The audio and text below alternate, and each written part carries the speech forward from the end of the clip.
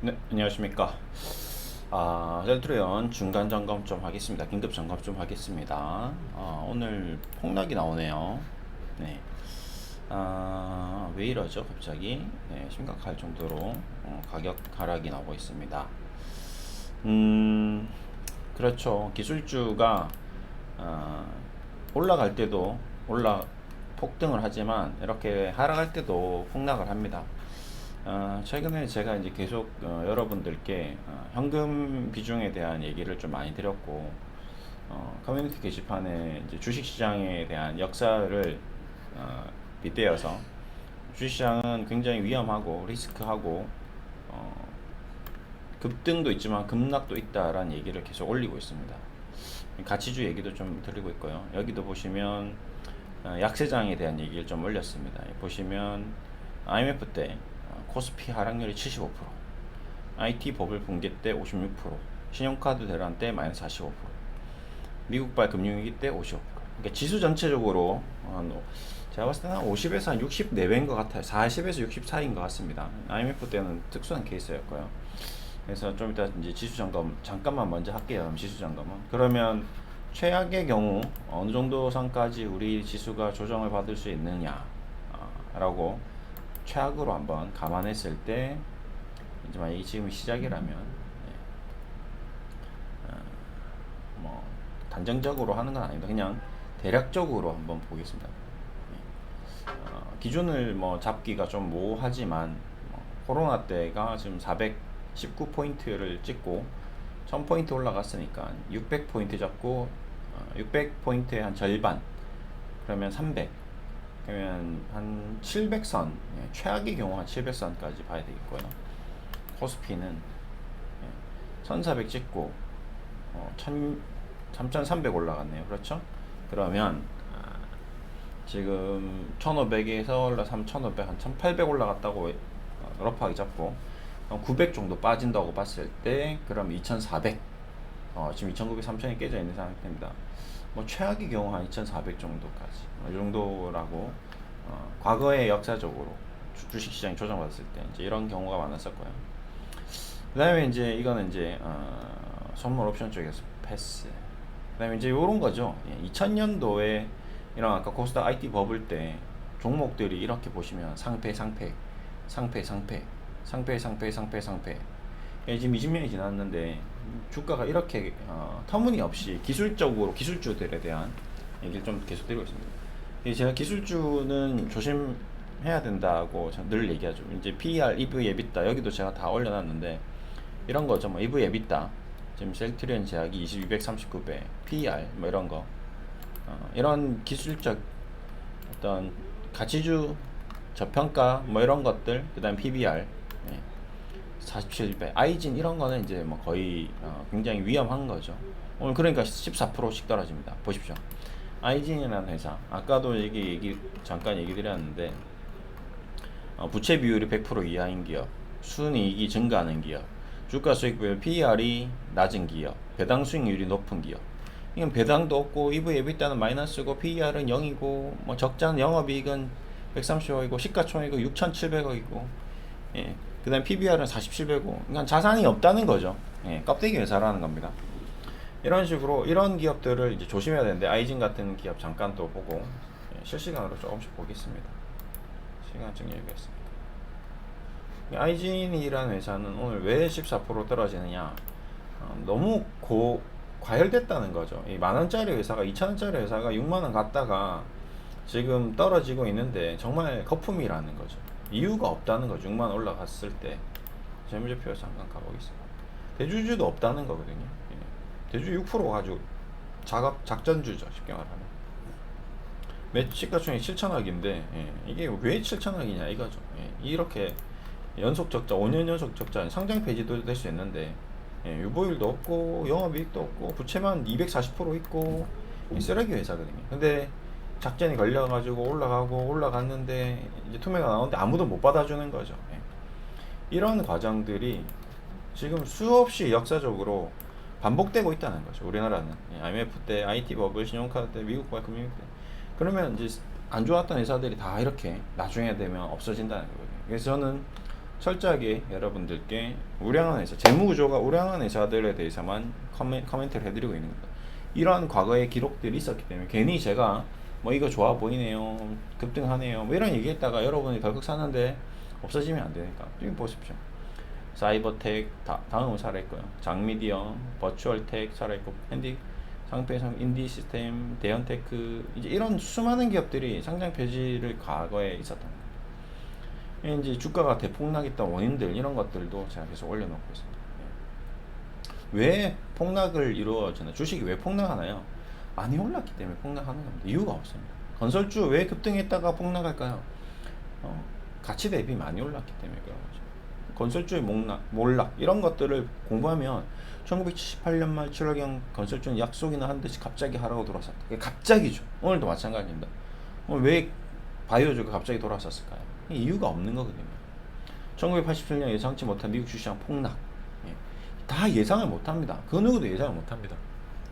그렇기 때문에 제가 계속 반복적으로 지금 시장에 대해서 기술주에 대한 리스크, 그 다음에 현금 비중, 현금에 대한 준비. 근데 그런 크랙들을 계속 설명드렸습니다. 좀 최근에 1년에 홍콩 시장부터 제가 얘기 드렸죠. 홍콩 시장이 급락했습니다. 홍콩 개별 종목들이 급락했습니다.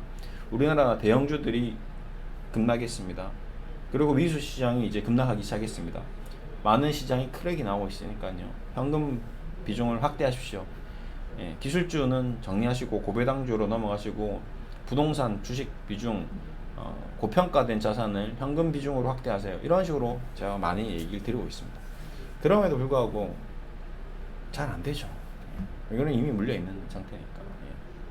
카카오도 절대 매수 금지, 전량 매도, 수익 실현, 이게 15만, 16만 할 때 얼마나 소리를 질렀습니까? 껍데기 회사다, 없다.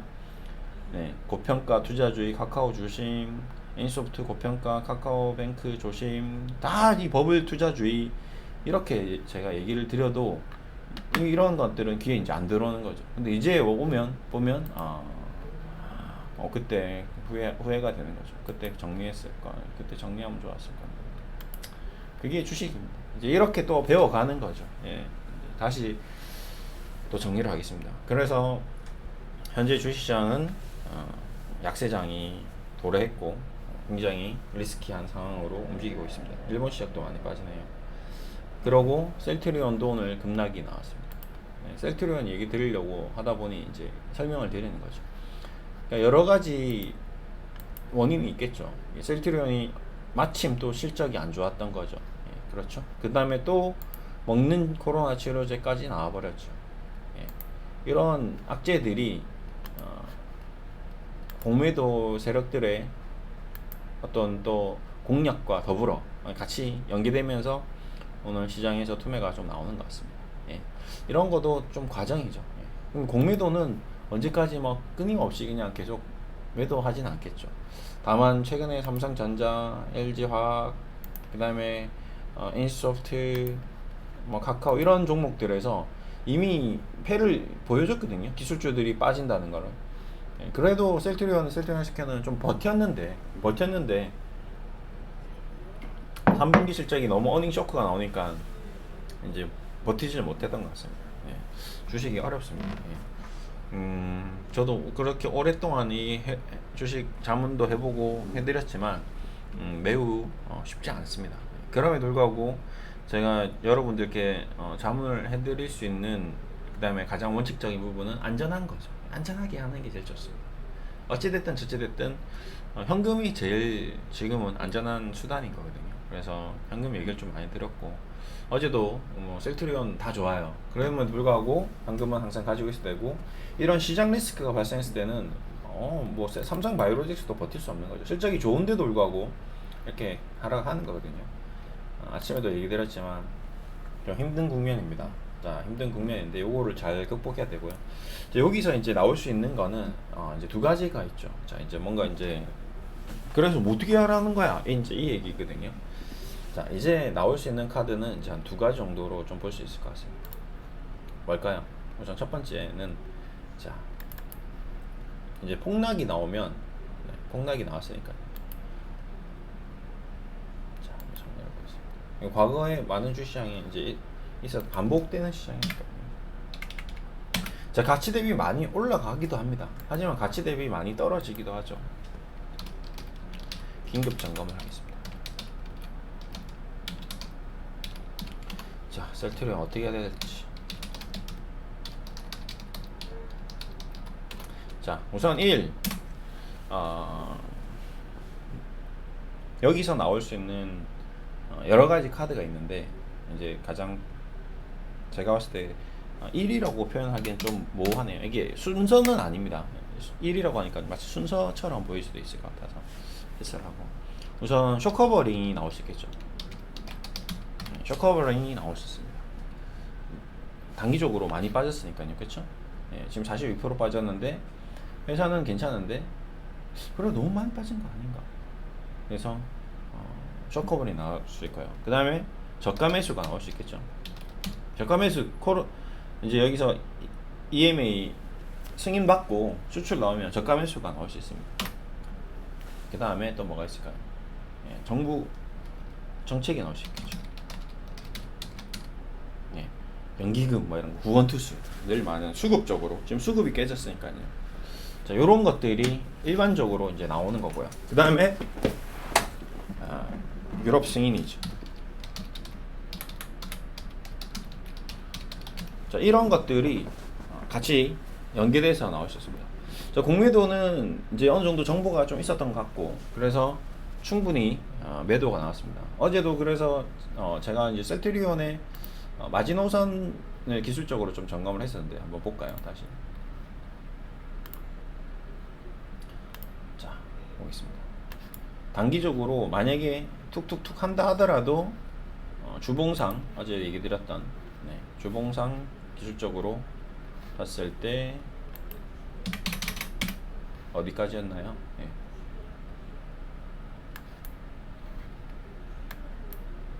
주봉상 거의 다 왔네요. 그렇죠? 23만원. 자, 월봉까지도 왔었죠, 어제는. 자, 월봉 마지노선이 21만원이라고 했습니다. 그러니까 최악의 경우는 21만원을 터치하면 올라오더라. 그렇죠? 그래서 요 구간 21만원 맞나요? 자, 260 월봉 어제 얘기 드렸었죠. 60 월봉이니까 21만원. 요 얘기를 좀 해야 되겠어. 21만원. 60 월봉 21만원.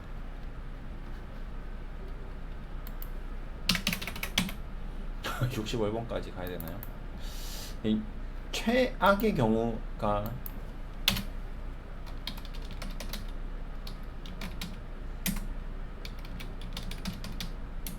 마지노선. 예. 제가 봤을 때는 이 21만원이 정말 패닉장이 오죠. 막 주식시장 폭락하고 패닉 온통 패닉에 완전 공포 최악, 뭐 빅스 지수 폭등하고 막 이렇게 되면, 그렇게 됐을 때 최저 마지노선이 한 21만원에서 20만원 요 구간이 되지 않을까. 이탈했다 올랐다 그러네요. 그렇죠?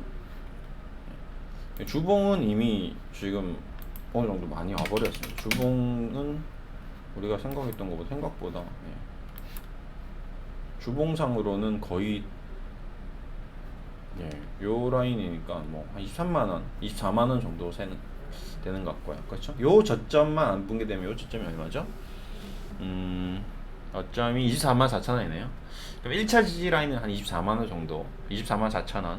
2차 지지 라인은 2차 지지 라인 하면 안 되겠네요. 3차 지지 라인, 마지노선이니까 3차니까 21만원이겠네요. 그렇게 보시면 될 것 같습니다. 이제 뭐 그래도 일단 23만원 정도에서 24만, 요 22만 4천원 여기서 흔들흔들 하면 이제 거의 패닉장만 안 온다면, 여기서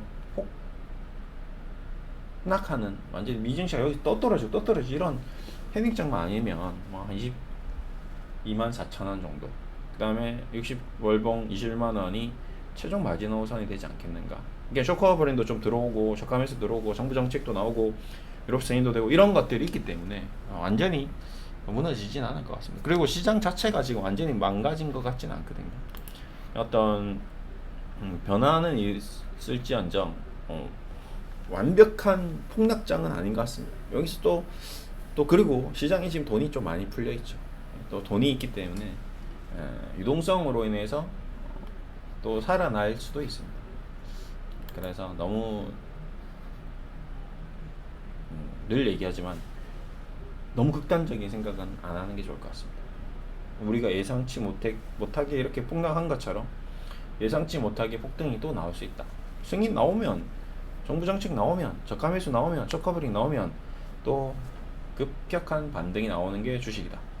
오늘 같은 날 보통 셀트리온이 아까도 아침에 새벽부터 레귤러나 얘기 나오길래 야 역시 뭐 다르긴 다르구나, 대형주라서 셀트리온은 작업을 해주구나 했는데 야 여기에 찬물을 그냥 예상 3분기 예상 실적을 그냥 공매도 쪽에서 준비했던 거겠죠. 예. 그러니까 둘이서 싸운 거겠죠. 예, 싸운 거겠죠. 나는 올리려고 했고 넌 떨어뜨리려고 했는데 이제 공매도가 이긴 것 같습니다. 결론적으로 오늘은. 근데 이게 그때 또 저번에도 얘기했지만 네이키드 쇼크 셀링, 공매도 출시, 공매도가 나온 이래로부터 늘 불법적이고 지금도 마찬가지지만 사전 정보가 어느 정도 흘렀겠죠. 그러면 그 목적이 두 가지다. 첫 번째는 공매도로 인해서 수익 실현, 두 번째는 저가 매수였거든요. 그래서 싸게 사고 싶은 욕심이 있다. 이 두 가지를 얘기했습니다. 공매도의 시대가 바야로 왔지만 결국 그들도 돈을 벌기 위함이다. 그러면 우리는 그 정보를 잘 이용해서 슬기롭게 쳐나가서 현금 가지고 있다가 잘 활용해서 투자를 하면 성공적인 결과가 나올 수 있습니다. 그러니까 너무 낙심하지 마시고요. 그리고 좀 손실이 크신 분들은 좀 마음이 아프겠지만 늘 얘기 드렸다시피 이걸로 인해서 인생이 무너져서는 절대 안 됩니다. 돈은 우리의 수단이에요. 우리 삶의 중요한 수단이긴 하죠. 너무 중요하긴 한데 전부인 수단은 아닙니다. 산소가 없으면 우리가 바로 목숨을 잃지만 돈이 없어서 바로 목숨을 잃지는 않습니다. 그렇죠? 빚 내면 돼요. 200억 빚쟁이도 잘 먹고 잘 삽니다. 네. 그걸 꼭 기억하셔야 돼요. 200억 빚이 있는 사람도 떵떵거리면서 사는 사람들도 있어요.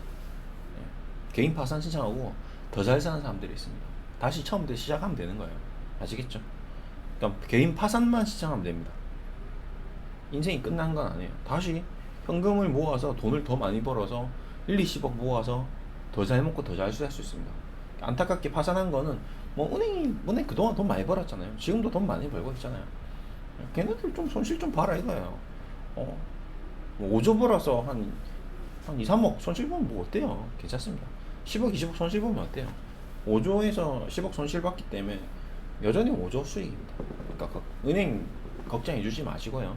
은행한테 개인 파산 신청하시고요. 그냥 열심히 살면 됩니다. 증권사 돈 엄청 법니다. 증권사한테 개인 파산 신청하고요. 난 돈 없어 배째라 하고 그렇게 세게 나가면 됩니다.